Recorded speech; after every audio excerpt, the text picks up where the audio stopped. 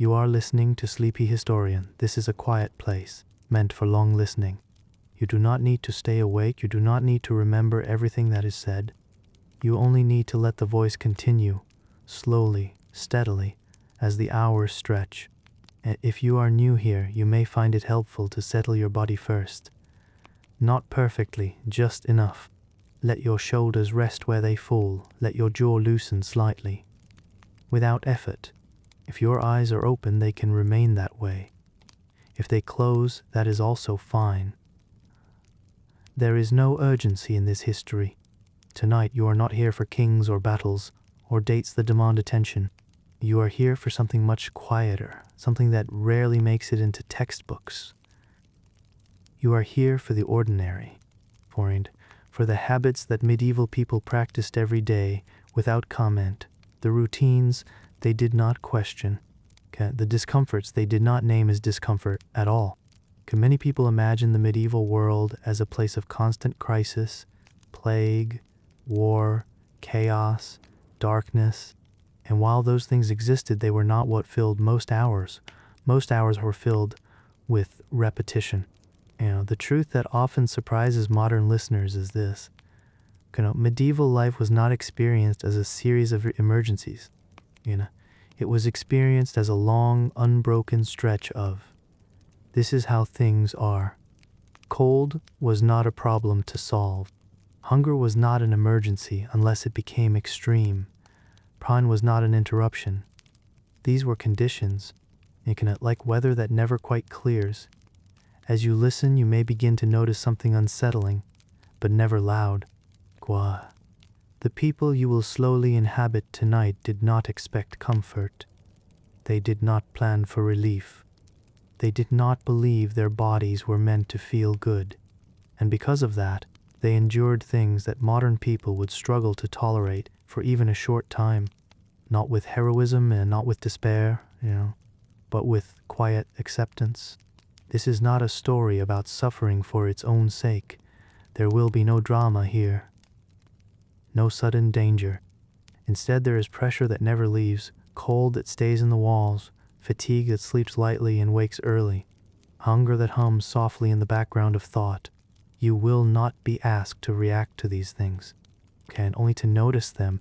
Throughout this long night, you will move slowly through a medieval day, and then another, and then, almost without realizing it, many more. You will wake with a body that never quite finished resting. You will eat food that fills space but not abundance. You will work with the same motions, day after day, until your muscles remember, even when your mind drifts. You will share air, warmth, and sound with others, and sometimes with animals, without privacy, without silence, without expectation that it should be otherwise. Time will pass without clocks, waiting will stretch without complaint. Illness will appear, linger, and sometimes simply remain. And yet, within all of this, life continues, children grow older, tools wear smooth from use. Again, paths harden where feet return again and again. For medieval people, these habits were not remarkable. They did not think of themselves as enduring hardship. They thought of themselves as living. As you listen, you may notice your own body responding in small ways. A shift of weight, a deeper breath, a moment where attention fades and returns. That is welcome here. And this history is designed to let you drift, but also to hold together if you stay. Some listeners will sleep through large portions of this. Others will wake and find the voice still there, patient, unchanged. If you find yourself returning to this channel night after night, that is enough. If you choose to listen again or to let these stories accompany your rest, you are always welcome. There is nothing to catch up on, nothing you have missed that cannot be re-entered. The medieval world moved slowly. You can, too. As we begin, remember that the people you are about to listen alongside did not have words for stress, or burnout, or self-care. They had habits, and those habits shaped their bodies, their expectations, and their understanding of what a normal day felt like. Tonight, you will move through those days gently, without judgment, without urgency, and as the hours pass, You may find that the quiet weight of medieval normalcy does something unexpected. It makes modern comfort feel softer. Even as sleep draws closer, we will begin where every medieval day began. Not refreshed, not restored, but awake. You wake before you are ready, not because you feel rested, and not because you choose to. And you wake because the night has loosened its grip just enough, and your body no longer sinks fully into the dark.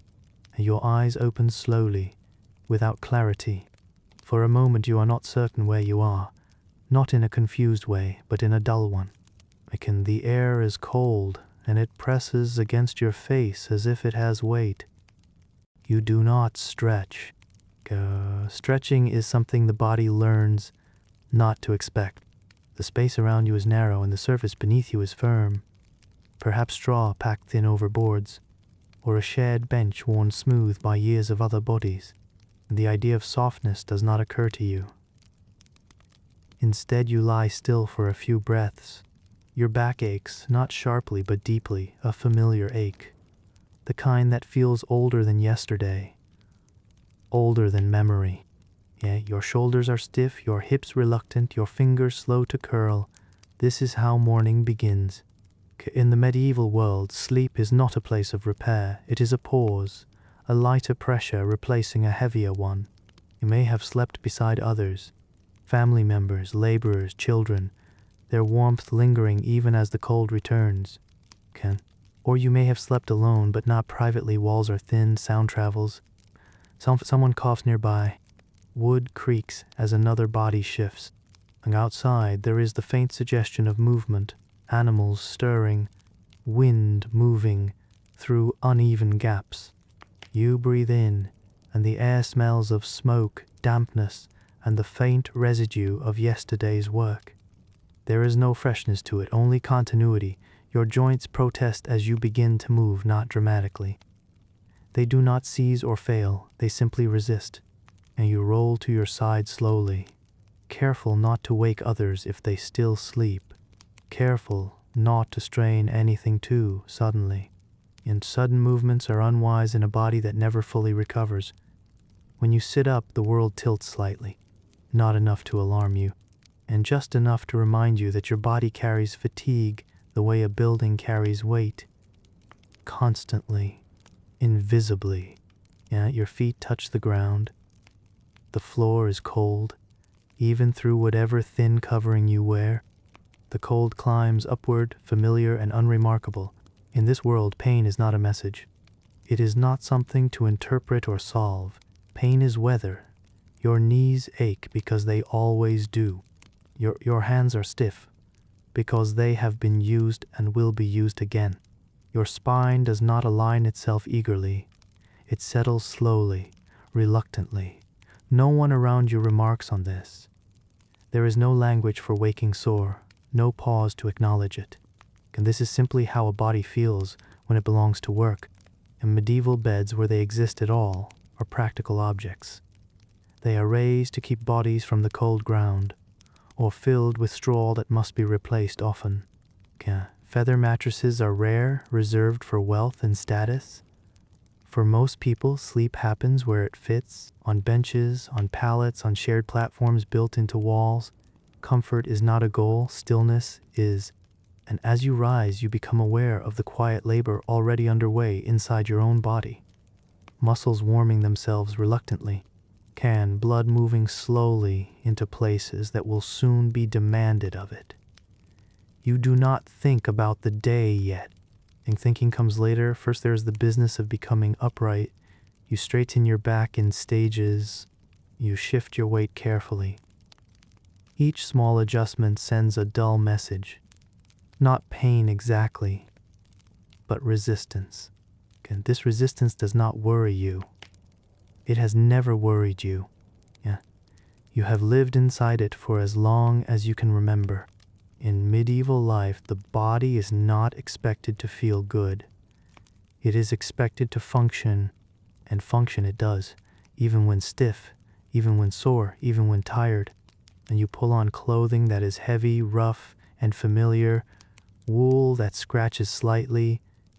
layers that trap warmth imperfectly. As you move, the aches fade just enough to allow motion, but they do not disappear. They settle into the background where they will remain all day. Outside, the light is dim and gray. Morning does not arrive suddenly here. It seeps in. The cold is sharper now, but you accept it without thought. And a cold is a companion. It shapes posture, pace, and breath. Your breath is visible in the air. You notice this briefly and then stop noticing it. In medieval mornings, there is no sense of beginning fresh. There is only continuation. Yesterday's fatigue carries forward. Last week's strain remains present. Old injuries do not heal completely. They become part of how you move, and yet you move. People around you begin to stir more fully now. Low voices, muted sounds. No one complains of soreness. No one mentions sleep quality. There is no expectation that the night should have restored anything. Sleep is not medicine. It is mercy, brief and incomplete. You bend to lift something, a tool, a bucket, a piece of clothing, and feel the familiar tightening in your lower back. You adjust your grip instinctively without thought. Your body has learned how to protect itself within its limits. This learning is quiet. It does not feel like adaptation. It feels like habit. Children wake this way too, and they rise with stiffness learned early, bodies already shaped by cold floors and long days. They do not expect softness. They expect the morning to ask something of them. In time, these aches become invisible, not because they leave, but because attention shifts elsewhere. The medieval body is not monitored. It is used. As the day begins to form around you, you do not mark the moment as difficult. You do not think of yourself as enduring anything. You are simply awake. And this too feels normal. Food comes later, not immediately upon waking, and not with anticipation. The body knows better than to expect much. Can you move through the early hours with only the faint memory of hunger? A low awareness that never quite disappears. It is not sharp. It does not demand attention. It is simply there. In the medieval world, eating is not a frequent interruption. It is a brief pause shaped by availability rather than desire. When food finally appears, it does so quietly. A pot is uncovered. A ladle dips. The sound is dull and familiar. What you are given is simple, often the same as yesterday, often the same as tomorrow. Thin porridge made from grain ground coarsely, dark bread, heavy and dense, sometimes days old. Occasionally, a little cheese, sharp and dry, rarely meat, and then only in small pieces, stretched to last. The portion is not large. It is not meant to satisfy fully. It is meant to allow the body to continue. You eat slowly not because you are savoring anything, but because eating quickly gains you nothing. The food does not disappear faster if you rush, and there will not be more. The texture is rough against your mouth, grain that still remembers the stone that crushed it, and bread that pulls moisture from your tongue. You chew carefully, your teeth are worn, some missing, others sensitive, and pain flares briefly if you bite the wrong way. You adjust. This too is normal. In medieval life, hunger is not a sign of failure. It is the space between meals, and it fills time the way silence fills a room. You learn to carry it. Your stomach tightens occasionally, then relaxes. The sensation rises and falls like a tide that never quite reaches shore. The people around you eat in the same way. No one comments on the taste. No one remarks on the size of the portion. Conversation, if it happens at all, does not revolve around food. Food is not entertainment, it is fuel measured carefully. There are seasons when meals grow thinner, when grain stores run low, when bread is cut smaller without discussion. In those times, hunger sharpens slightly, but still it does not shock. It has been here before. And the body adapts not by becoming comfortable, but by lowering expectation. You notice that after eating, you do not feel full. You feel less empty. This distinction matters, and fullness is rare enough that it stands out when it happens, usually on feast days or during brief periods of hunger. Those moments are remembered, not repeated. Most days, eating simply takes the edge off, and then you return to work. The food settles heavily, not because it is rich, but because it is dense. It sits in your stomach, slow to move. As you walk or lift or bend, you are aware of it in a dull way, like a weight placed carefully where it will not interfere too much. There is no snacking, no casual eating. Food is prepared once or twice a day at most. Anything more would require fuel, time, and resources that are better spent elsewhere. Children learn this rhythm early. They learn that asking for more rarely changes anything. They learn to eat what is given without complaint, not because they are punished for asking, but because asking is pointless. In the medieval household, hunger teaches patience, and it also teaches attention. You become aware of how food feels in your body, how long it lasts, how quickly energy fades when it is gone. You notice which tasks feel harder before meals and which feel possible afterward. You plan work around digestion without naming it as such. This knowledge is practical, unspoken, sometimes. The food is poor, grain spoiled slightly by dampness, bread with a bitter edge, cheese that has aged too far. You eat it anyway. Waste is unthinkable. Idleness sometimes follows meals like these, but even that is accepted without surprise. The body weakens for a time. Work slows, life continues. There is no concept of an ideal diet. There is only what exists. When meat does appear, it is stretched thin, boiled, salted, shared. The smell is strong, and the taste intense. You notice it more because it is rare, not because it is pleasurable. After eating, there is no sense of indulgence. There is relief that the hollow feeling has quieted slightly. Relief that the body has been given permission to continue. And already, even as you finish, hunger begins to prepare its return. This does not alarm you. It is expected. In medieval life, the body is never far from wanting. This wanting shapes posture, pace, and thought. It slows movement. It makes people careful. You learn not to waste energy on unnecessary motion. You learn to rest when rest is possible. As the day stretches on, hunger fades into the background again, present but unobtrusive. It will rise later, predictably, and when it does, it will not feel like a problem. It will feel like time passing. Smell is one of the first things you stop noticing. Not because it disappears, but because attention cannot afford to stay with it. The medieval world is thick with odor, layered and constant, and learning to live within it is not a skill taught. It is something that happens on its own. From the moment you wake, the air around you carries reminders of what the space contains. Smoke from last night's fire clings to the walls, dampness seeps up from the ground. Wool, worn for days at a time, holds the shape and scent of the body beneath it. At first, long ago, these smells were sharp, they demanded recognition, but over time, they softened. Your nose learned what to ignore. Inside homes, there is little separation between living and everything else. Food is prepared where people sleep. Animals are kept nearby, sometimes inside, especially in cold seasons. Waste is removed when possible, but never completely. There is no plumbing, no sealed containers, no running water to carry things away. Instead, there are habits. Chamber pots emptied at certain times, waste thrown into designated areas or simply beyond the threshold. Water fetched and reused until it no longer serves. The smell of human life lingers in all of it. You notice it when you move from outside to inside or from one space to another.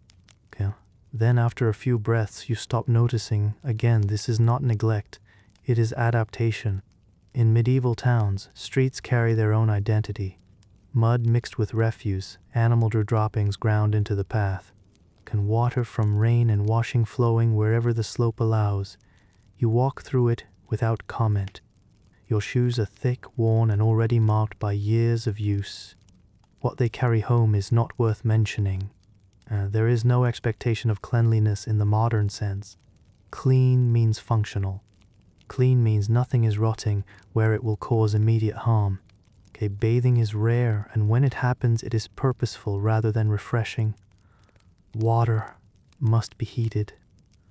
Privacy arranged. Time taken from work. For most people, washing means hands, face, perhaps feet. Enough to remove visible grime. And enough to continue. Clothing is not washed often. Water is heavy. Soap, when available, is harsh. And wool is brushed, aired, beaten when possible. It carries a scent. But scent is not considered a problem. Our bodies carry scent too, sweet from labor, smoke from fires, the faint acidity of illness. These smells mingle without hierarchy. In shared spaces, you become aware of others not by sight alone, but by breath, by warmth, by the subtle shift of air as someone moves nearby. This proximity is constant. It does not feel invasive, because there is no alternative to compare it to. Children grow up in it, and they learn early which smells mean danger. Spoiled food, sickness that spreads, and which simply mean life continuing. Over time, the nose becomes selective. What once seemed overpowering fades into the background, replaced by new layers as seasons change. In winter, smoke dominates, and fires burn low and long, filling rooms with a haze that stings the eyes slightly. Ventilation is poor. The smell of burning wood and peat settles into hair, skin, fabric. In summer, rot becomes more noticeable. Heat speeds decay, waste accumulates faster, flies gather where moisture lingers. You notice them briefly, then brush them away and continue. This is not resignation. It is practicality. Illness often follows these conditions, but not in dramatic ways. A cough that lingers, a stomach that turns unexpectedly. Can a weakness that settles and remains? These things are noted, but not traced back to cause. The connection between filth and disease is not fully understood. What is understood is routine. If someone falls ill, others adjust, work is redistributed, life bends slightly. Sometimes someone does not recover. Mourning does not come for everyone. This too happens without spectacle. The body is seen as porous, affected by air, by smell, by unseen forces.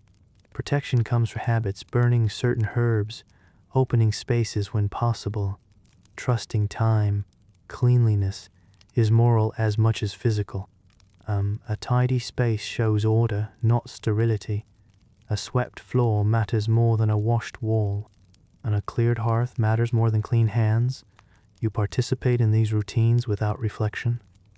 You step carefully around waste, and you rinse tools when possible. You air bedding when weather allows. This is enough. As you move through the day, smell remains a companion, rarely a focus. It tells you where you are. It marks seasons, work, proximity, and because it is always there, it does not trouble you. The medieval world does not assault the senses as much as it saturates them. There is no escape, but there is familiarity. By the time night returns, and bodies gather again in close quarters, the smells of the day blend into a single, unremarkable presence. Cullen, you breathe it in, you breathe it out, and sleep, when it comes, does not wait for the air to be clean. Work begins without ceremony. There is no clear moment when rest ends and labor starts. The shift happens gradually, as the body moves from one necessary task to the next. You pick up a tool that fits your hand because it has always fit your hand. The wood is smooth where fingers have worn it down. The weight is familiar. Your body knows what to do before thought arrives. In the medieval world, most work is learned through repetition, not instruction. You do not remember being taught these movements. You remember doing them: lifting, pulling, cutting, turning. The motions are simple, but they are not light. Each one carries a small demand repeated hundreds of times in a day. The strain is not dramatic. It accumulates. Bend, straighten, faniapand, prestation, famai.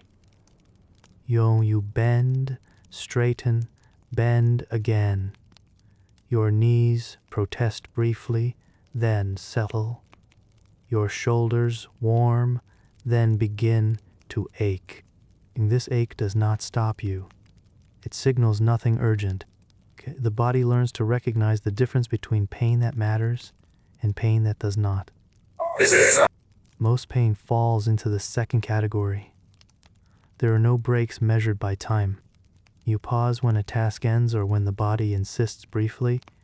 Then you continue. In fields and workshops and homes, the same gestures shape days. Hands repeat the same path through space. The muscles thicken in predictable places. Calluses form where friction never changes. These marks are not considered injuries.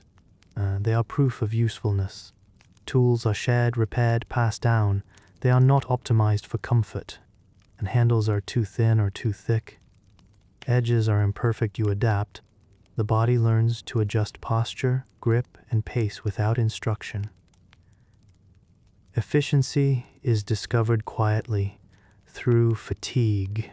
As hours pass, thought becomes minimal, not because you are bored, but because attention is occupied elsewhere, and you listen for changes in sound, the scrape of metal, the crack of wood, the shift in resistance that tells you something needs adjusting. Your senses narrow to what matters, time stretches. Without clocks, work defines the day's shape. You know how far along you are not by the sun alone, but by how many repetitions have been completed. So many bundles lifted, so many boards cut, so many strokes made. Each movement leaves a trace in the body. The trace remains tomorrow. By midday, your hands feel thick and distant. Fine sensation dulls. This is useful. You no longer notice minor abrasions. You work through them. Sweat gathers, then cools, then gathers again. And clothing sticks and pulls. You adjust it occasionally without stopping. Around you, others move in similar patterns. The rhythm is not synchronized, but it is shared. You can hear it in the overlapping sounds of labor. And no one counts hours.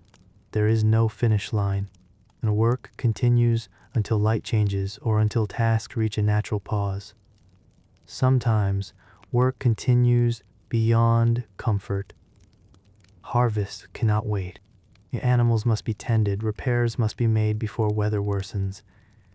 In these moments, fatigue deepens.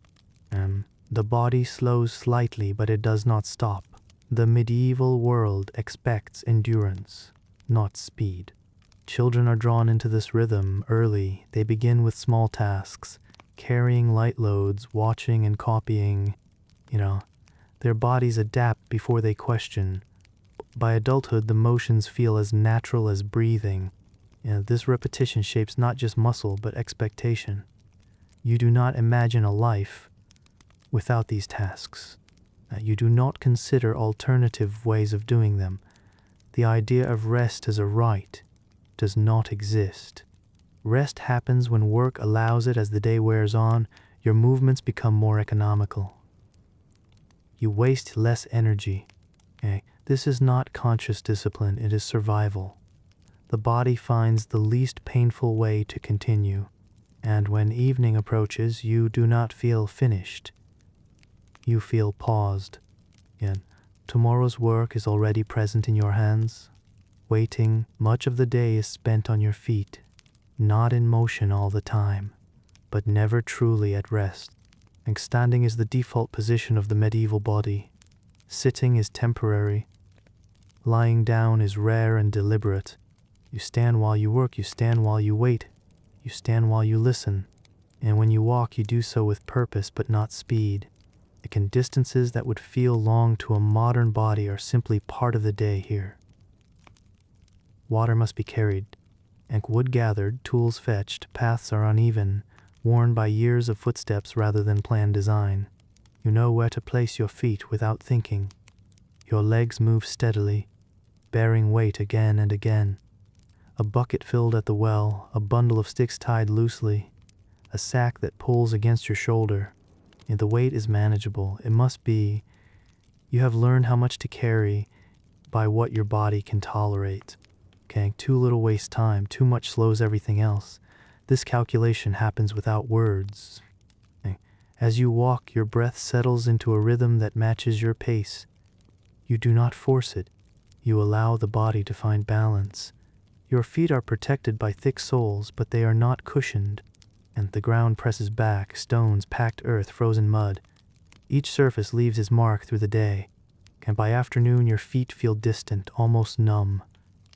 This numbness is useful. Pain fades into pressure. Pressure becomes background. Standing still is often harder than walking.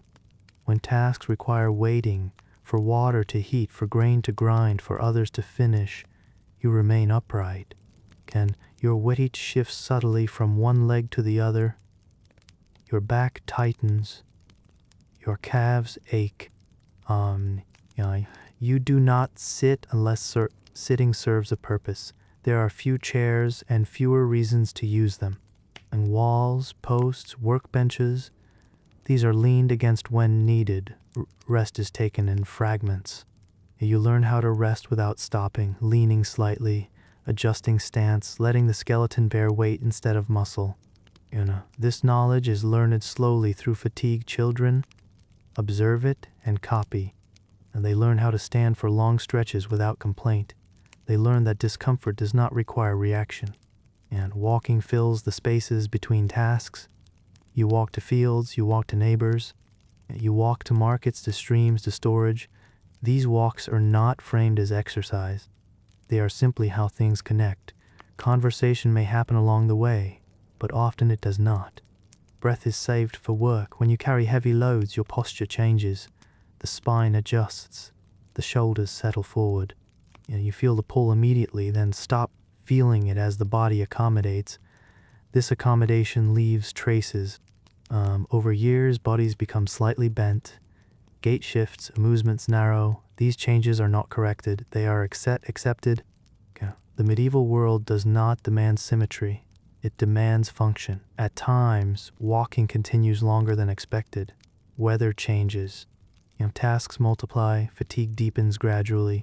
You notice it as heaviness in the legs, not as exhaustion. The body slows slightly but remains capable. Stopping entirely is rarely an option. Animals must be moved. Supplies must reach their place. Even when rain falls, walking continues. Clothing grows heavier as it absorbs moisture. Shoes soften, then stiffen again as they dry. The sensation is unpleasant but familiar. By evening, standing feels heavier than it did in the morning. Your legs tremble faintly when you pause. This trembling is not alarming. It means the day has been used. And when you finally sit briefly, the relief is noticeable but muted. Muscles release slowly. Standing resumes soon enough. In this way, the medieval body is shaped by hours spent upright. Strength comes not from intensity, but from duration. And when night arrives, the body does not collapse. It settles, evening arrives without ceremony. There is no clear signal that the day is finished. Only the gradual recognition that light is thinning, and that some task will have to wait. Your body feels this before your mind does. Movement slows, not abruptly, but by degrees. Muscles that have worked all day begin to resist more noticeably. The weight of tools feels slightly heavier in the hand. You finish what can be finished. Your loose ends are left loose. In the medieval world, work is rarely complete. It is only paused. As light fades, attention turns inward. Hands tremble faintly when you stop moving. The warmth built through effort begins to drain away. Cold returns quickly in the evening. In calm, fires are lit again if fuel allows. Their heat is uneven, local. You position yourself where warmth reaches, but not fully. Others do the same. And there is no expectation that the body will feel restored at day's end. You feel used, not harmed, and not broken, used. This feeling is familiar enough to be almost comforting. It tells you that the day has been spent correctly. Eating may happen again now, but not always. If there is food, it resembles the earlier meal, perhaps thinner, perhaps less.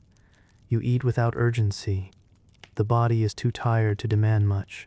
As darkness deepens, activity narrows, voices grow softer, and movements become economical. You conserve energy instinctively.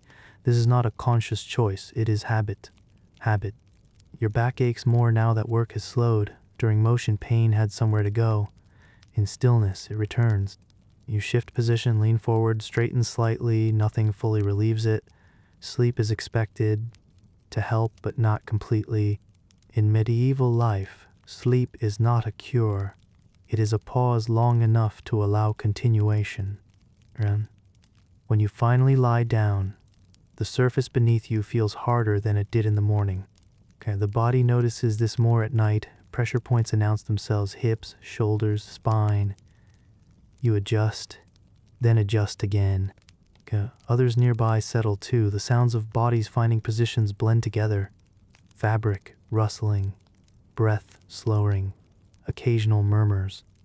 Privacy does not exist here, but neither does loneliness. Even exhaustion is shared.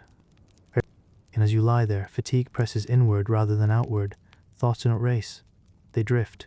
You think briefly of unfinished tasks, then let them go. There is no benefit in carrying tomorrow into the night. Sleep arrives unevenly. You do not sink into it all at once. Instead, you hover near the surface. The body twitches occasionally. Muscles release in small increments. Pain dulls, but does not disappear. And you awake with it again. This is understood. Night passes in fragments. Sounds interrupt. Someone coughs. An animal shifts. You wake briefly, then drift again. This is normal sleep. It does not refresh, it maintains. And by morning, you will not feel restored. You will feel capable. And that is enough. In this way, medieval days stack on top of one another. No single day overwhelms, but none fully resolves. Endurance is built not through rest, but through familiarity. You become accustomed to ending days slightly depleted. And because of that, beginning again does not feel strange. It feels expected. You are rarely alone. Not in the way that modern solitude is understood. The medieval world is built on proximity, and privacy is not something you expect or seek.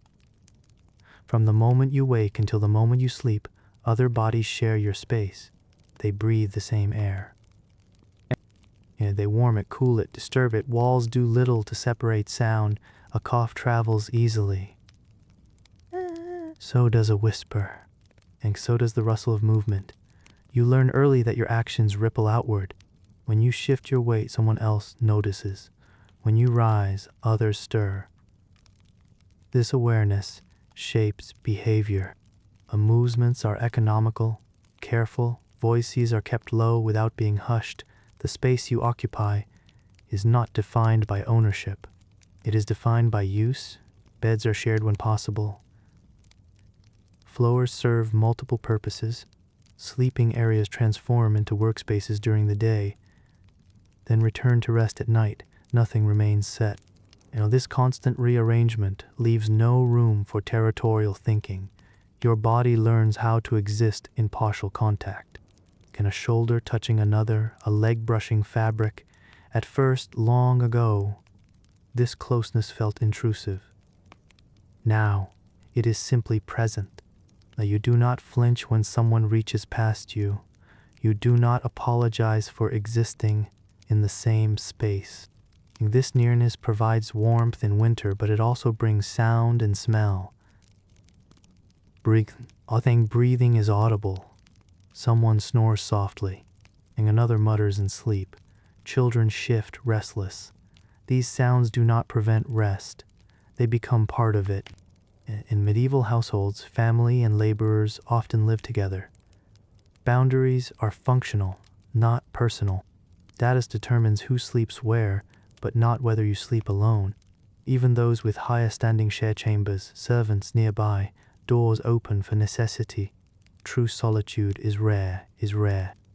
Illness passes quickly through close spaces, so does information. You know who slept poorly. You know who coughs more than yesterday. This knowledge is not framed as concern, it is practical. If someone cannot work, others adjust. This adjustment happens without discussion. The group absorbs individual weakness. Now, in this way, closeness becomes a form of resilience. You do not carry all burdens alone, can you? But you also cannot hide. There is no space to withdraw completely. Emotions, like bodies, are shared by default. And grief is witnessed. Fatigue is visible. This does not lead to constant comfort. It leads to familiarity. You learn how others move when tired. You recognize silence that means rest rather than distress. And the medieval world values coexistence over isolation. This shapes how discomfort is experienced. Pain is not performed for attention. It is endured quietly because others endure alongside you. At night, the shared space grows darker, but not silent. Breath deepens, someone shifts. The warmth of other bodies prevents the cold from fully settling. This warmth is uneven but welcome. You sleep knowing that if you wake, others are near. This is not safety in the modern sense. It is presence. Presence becomes normal. And in time, you cannot imagine living otherwise. Animals are never far away. In the medieval household, they are part of daily life, as natural to your presence as walls or fire. They are not pets in the modern sense. They are companions, laborers, sources of warmth, sometimes nuisance. And chickens scratch near your feet. Cats weave between legs, alert for scraps. Dogs rest at thresholds, guarding and waiting. Their movements are predictable but never silent. You learn how to walk without startling them. You learn to adjust your weight as they cluster near hearths or pathways. The occasional nudge from a tail, a paw, or a wing is accepted without thought. Animals contribute to the household in small, essential ways. Cats keep vermin at bay. Uncanny dogs assist in herding, guarding, or fetching. Chickens provide eggs, warmth, and sometimes food. You do not expect them to behave politely. You only expect them to exist alongside you. Their presence shapes routine. You wake to their sounds, scratching, clucking low barks. You move around them carefully. You sleep with them nearby, bodies occasionally brushing. There is no sense of intrusion. You do not think of it as crowded. It is simply normal. At times, animals carry odor. Smoke mingles with the natural sense of fur, feathers, and waste. You notice it briefly, then stop noticing it. It becomes another layer of background air, like the chill in the stone or the smoke from the fire. And animals require attention. Water must be fetched, food distributed, spaces cleaned when possible. These tasks are integrated into daily labor, not framed as separate responsibilities. Children observe and imitate. They learn how to lift buckets without spilling. They learn how to feed chickens without being scratched. They learn how to carry small animals safely while balancing their own bodies. By adulthood, these movements are unconscious. Animals share your space at night as well. Horses, where barns are attached, may rest close to living areas. Dogs huddle near feet. Cats curl on benches. You adjust your body as you settle to sleep. You do not lie fully flat. You leave space where animals need it. Your warmth merges subtly with theirs. And sometimes an animal stirs, a paw shifts across the floor, a soft sound wakes you briefly, then stillness returns. And this coexistence teaches rhythm. You anticipate movements without seeing them. You respond to subtle shifts in the air. You learn patience. Fatigue softens awareness of discomfort. You do not resent the animals. You do not envy distance. And you accept their presence as integral to survival. Their warmth contributes to endurance. When night is cold, their bodies provide a buffer. Heat spreads subtly. The body relaxes just enough to rest. But rest is never perfect. Movement disturbs, breath mingles, occasional noise awakens fragments of attention. Even so, the body accommodates. In the medieval world, coexistence with animals is not a novelty. It is expected. It is habitual.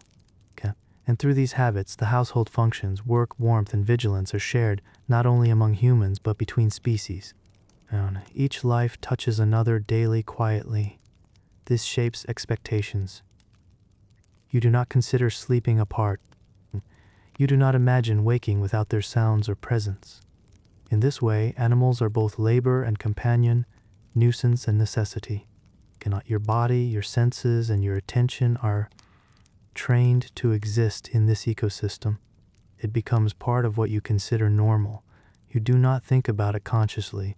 You simply live. Noise is constant, not loud, not sudden, but persistent.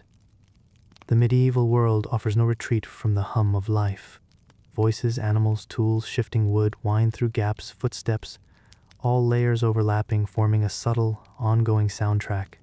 And you do not seek silence. You have learned it is impossible. Instead, you live with the layering. Some sounds are informative. A cough warns of illness. The clink of a bucket signals water fetched. A child's cry signals attention is needed elsewhere. Other sounds are merely present. Footsteps along a floor. Fabric brushing wood. Animals moving, breath rising and falling. You learn to filter. Attention falls where it is needed and ignores what is not. This skill develops over years. At first, every sound seems intrusive. The world appears chaotic. Sleep is difficult. Focus is difficult. Gradually, the mind quiets. Noise becomes background, a faint rhythm forms. You notice only deviations. Crowds are similar. Shared spaces rarely allow more than one or two bodies to move without noticing another. Paths cross. Elbows brush. Clothing collides. These interactions are managed silently. You adjust stance, you step aside, you shift weight to accommodate. The body, already conditioned by hours of standing and walking, adapts without effort. Children learn this early. They learn patience, anticipation, and how to yield without resentment. Even in times of crowding, there is order. Not written rules, not spoken laws, but patterns emerge naturally. People move through shared spaces with expectation of others' presence. They anticipate positions and pathways. Noise and crowding are intertwined with daily life. They shape rest, they shape movement. They shape endurance. Sleep comes in fragments. Evening arrives with bodies gathering. Some settle to sleep. Some shift constantly. Noise continues, soft but unceasing. You drift in and out. The mind becomes skilled at ignoring minor disturbances. The body accommodates small movements. This is survival. The medieval world rarely offers uninterrupted calm. It offers continuity. It offers expectation. It offers endurance. Over time, you notice subtle cues, breath patterns, shifts in posture, and slight changes in sound. They tell you when to adjust, when to pause, when to move. Crowded spaces teach this awareness. You learn how to exist without interference, without frustration, without confrontation. Fatigue is shared, noise is shared, warmth is shared, even discomfort is shared. This does not create resentment. It creates understanding. Bodies settle together, breathing synchronizes loosely, heat spreads. Pain diminishes slightly in the presence of others also enduring. By morning, the world has not changed. Noise resumes, tasks continue, shared space remains. You have learned to live within it. The endurance you developed over years carries you through days without drama. The body, conditioned by repetition, continues to function. Attention is selective. Pain is background, discomfort is contextual. This is life. It is quiet, continuous, and unremarkable in its constancy, yet it shapes every movement, every choice, every breath. Through noise, through crowds, through shared space you endure, and that endurance, quiet as it is, becomes your strength. The weather is never neutral. It presses against the body from the moment you step outside. Wind bites, sun bleeds through clouds, rain seeps into wool, frost creeps along boots and sleeves. You do not complain. You do not expect warmth. You adjust. You continue. Your body remembers cold as if it were a constant companion. Now, hands stiffen before you notice. Feet numb slowly. Breath comes in small puffs in winter mornings, visible against the muted light. Rain softens to drizzle, then thickens to a steady fall. Clothing grows heavier, leather straps pull against shoulders. Okay, wool soaks through. You keep moving. Movement creates warmth. Movement maintains survival. Heat is not comfort, it is endurance. And sun drapes over your back during summer work, unrelenting, sweat stains sleeves, shadows shift slowly, and shade offers relief but not salvation. You learn the subtle language of the elements. The direction of wind predicts weather, and cloud formations suggest rain or frost. You know when to cover supplies, when to hasten work, when to retreat briefly. Yeah? Children are taught this language without instruction. They learn by walking behind adults, by observing the way hands shield eyes, the way bodies bend toward shelter. Cold, heat, wind, rain, each shapes routine. You cannot ignore them. You cannot fully control them. You can only accommodate them. This accommodation is physical and mental.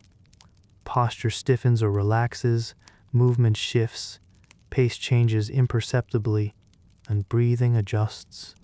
Attention focuses narrowly on what is immediately necessary. In winter, frost collects on steps and walls. Footprints glisten briefly, then fade. Water fetched from streams rise partially frozen.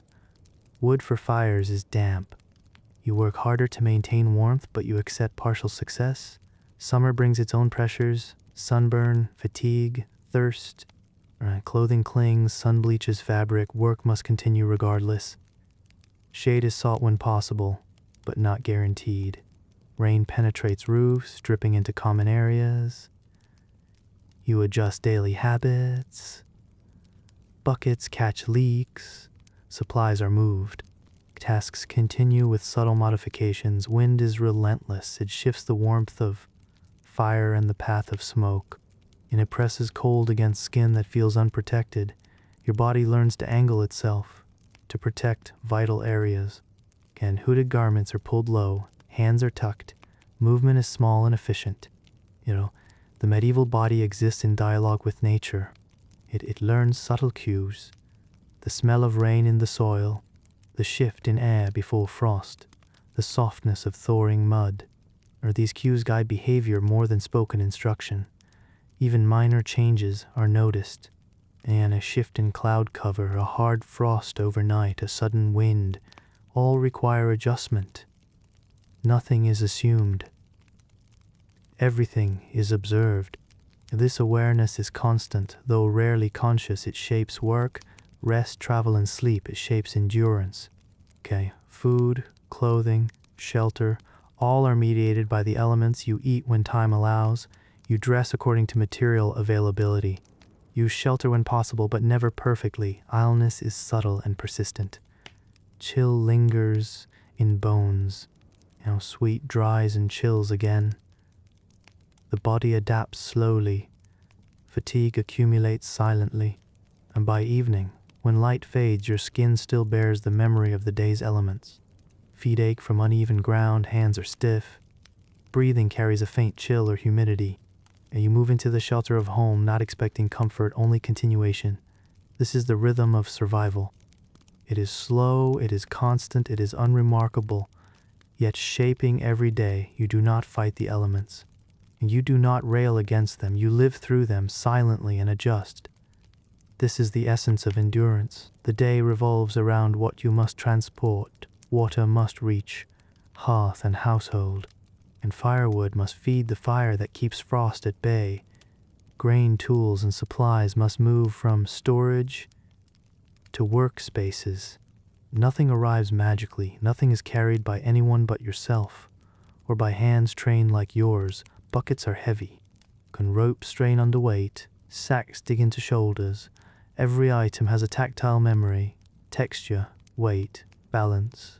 You know how to shift it, angle it, cradle it, or balance it for minimal discomfort. Carrying is repetitive. Okay. Not for pleasure, not for show. It is a constant requirement. The body responds in anticipation. Hands grip tightly. Shoulders rise, back stiffens, feet step evenly. Breath is steady, controlled. You do not waste energy. You do not falter. Distance is measured by effort. You know how far the bucket will go before your arms ache. You know how long a sack can rest on your shoulder before you must shift it. And you gauge fatigue precisely and pace accordingly. Children are taught early. They begin with light loads. A small basket and a single log. They watch and imitate adults. They grow into strength through repetition, not instruction. Over time, the routine becomes rhythm. The motion of carrying becomes second nature. The body adjusts automatically. You do not consider each step consciously. You feel it in muscles, joints, and posture. Even small errors are absorbed without complaint. A stone shifts in the path. A rope slides awkwardly across the hand. A log wobbles. You adjust immediately without breaking stride. The body has learned how to protect itself quietly, efficiently, and water is particularly demanding. Buckets must be filled, lifted, and balanced carefully. And spillage is a minor disaster, especially in dry seasons. You adjust your gait to account for sloshing. You brace against weight. Your arms ache more than they did yesterday, but less than they might have without practice. And firewood requires a different rhythm. Logs are uneven. Splinters press into palms. The bundle sways as you walk.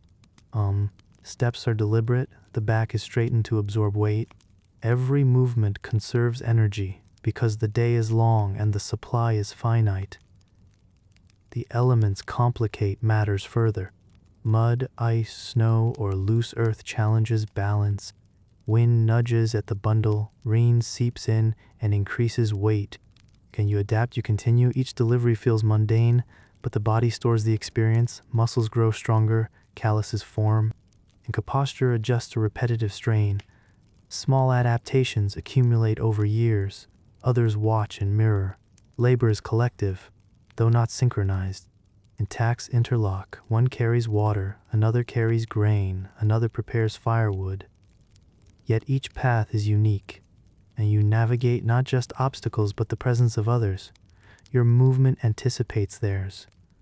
This is unspoken coordination. Mistakes are minor inconveniences rarely spoken of. Spilled water is retrieved. Logs are realigned. Bundles are reset. The work continues. Children internalize these lessons. By adulthood, carrying, lifting, balancing, adjusting, and pacing are effortless in appearance, though effort has not diminished. Endurance is built quietly, not in hours, but in days, weeks, years, and by evening you return with fewer items than you began, but with muscles stretched and body warmed. You rest briefly before the next round or the evening tasks.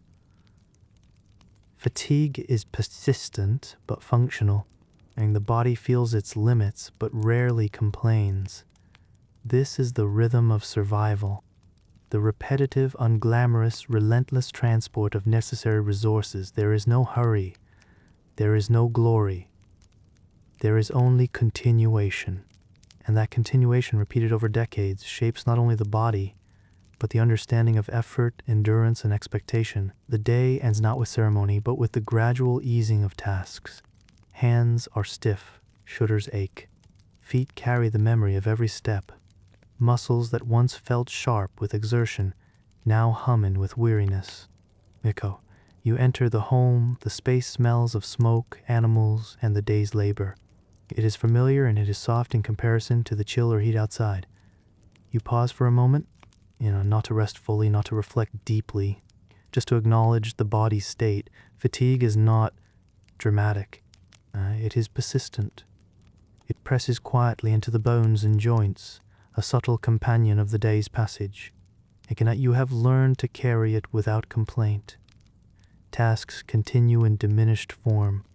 A fire is tended, water is poured. Bread is sliced or prepared, clothing is adjusted for nighttime. The body welcomes these small movements. They ease stiffness slightly, but they do not remove it.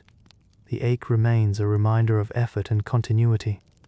You sit briefly, perhaps on a bench or low stool. Warmth from the fire seeps into skin, calming some tension. And the mind slows as much as the body, breath becomes steady, muscles relax incrementally. Yet sleep is not immediate. You are too aware of the shared space. Animals stir. Other people move.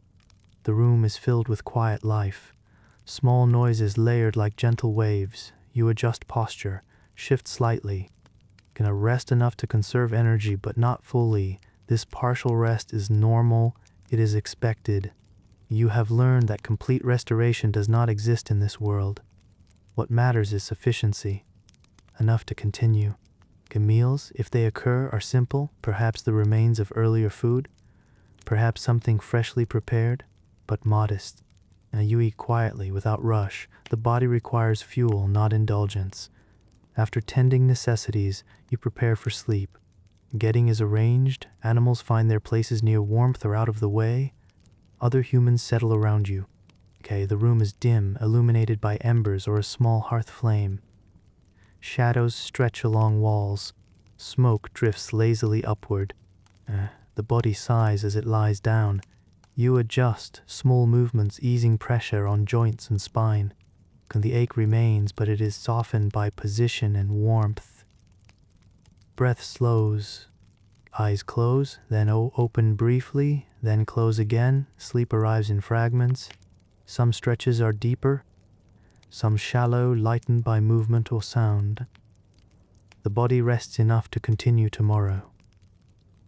That is all that is required. You wake intermittently, a cough, a shifting blanket, a paw or tail brushing against skin. You adjust. Sleep resumes. There is no sense of urgency, there is no fear, only continuity. The medieval body knows this pattern.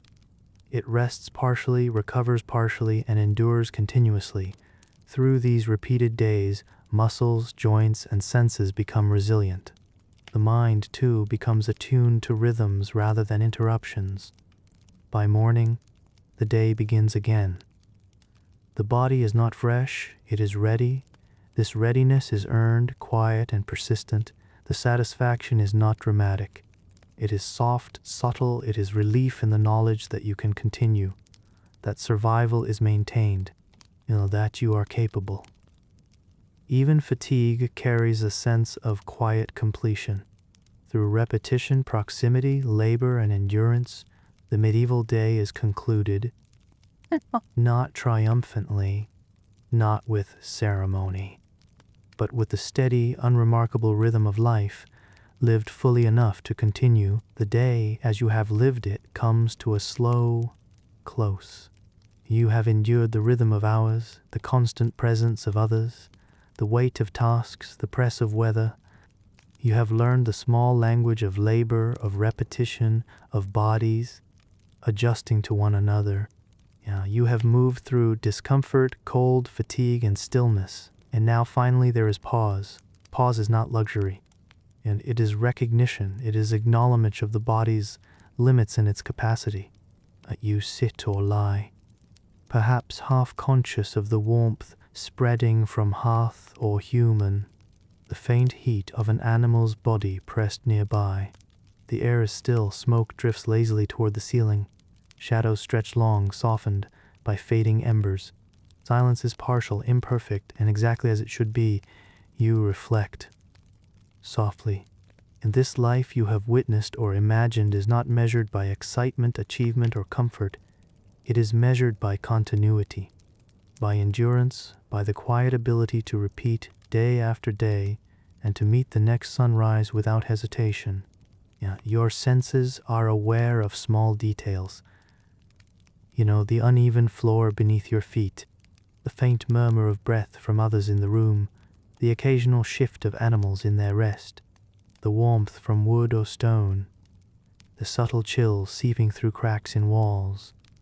Each detail is alive, but none demand drama, none push urgency.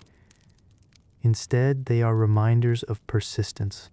And you notice the body in its habitual rhythms, muscles relaxing slightly, then tensing, breath deepening, hands resting but alert, and feet still remembering the paths walked, the weight carried, the soil pressed into soles. The mind drifts gently through observations. Yet the small accomplishments of survival are remarkable only in their quietness. Water carried, wood stacked, animals fed, meals made, movements repeated, tasks finished and left unfinished yet managed. Through repetition, the body has been trained. Through proximity, the mind has been tempered. Through labor, endurance is assured. You consider the differences between this world and the modern comforts you may recall or imagine. Heat is not guaranteed. Food is not abundant. Privacy is rare. Noise is constant. Sleep is fragmented. Yet life continues. The body adapts. The mind finds rhythm, presence of humans, animals, wind, rain, and shadow, guides existence more reliably than instruction or invention. There is quiet beauty here, not in spectacle, not in excitement, but in persistence, in patience, in the slow, patient negotiation with the body, the environment, and those who share it. And you notice how small endurance accumulates into skill, into strength, into the quiet power of continuation. This is not heroism. It is survival performed day after day without recognition, without fanfare, without urgency. You feel the subtle relief of pausing, and tasks are complete enough for now. The body rests as it can. The mind drifts as it can. And the elements remain outside, the fire wanes, the animals settle. All is prepared for tomorrow, even though tomorrow is uncertain. You have learned that comfort is relative, that survival is a quiet accomplishment, that life is measured not in moments of joy, but in the ability to meet each day in small increments. And your eyes may close fully now, your breath slows further, your body eases into what rest it can claim. You drift gently. Even if sleep comes, the awareness of effort and presence remains faint, comforting, like a quiet companion. You carry forward the knowledge of human endurance, the patterns of labor, the subtle choreography of shared space. You have traveled through time in imagination and empathy. You have learned softly what it meant to live in a world without ease, yet with continuity. There is no dramatic conclusion, no triumphant victory, no sudden revelation. There is only release, only stillness, only gentle acknowledgement of the day's passage, the night's arrival, and the body's quiet triumph over ordinary, relentless survival. And with that you let go, let the story settle, let the world you have walked through fade into shadows. Let warmth, familiarity, and repetition cradle your senses. Sleep may follow, or you may drift in and out, carried by rhythm, endurance, and habit. It does not matter. You have traveled through hours, seasons, and lives. You have understood the mundane, the persistent, the quiet strength of human survival. And now there is pause, gentle, reflective, soft, and sufficient, rest,